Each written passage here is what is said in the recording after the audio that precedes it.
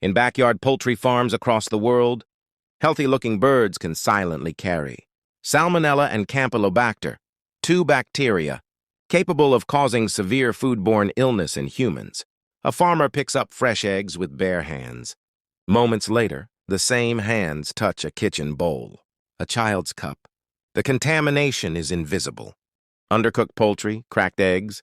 Inside the human body, these bacteria attack the digestive system. For young children, elderly people, and vulnerable individuals, the consequences can become serious. And the greatest danger? The chickens may never appear sick. Keep raw poultry away from cooked food. Wash hands thoroughly after touching birds or eggs. Disinfect knives, tables, and slaughter surfaces. Because good hygiene is not just farming practice. It is public health protection.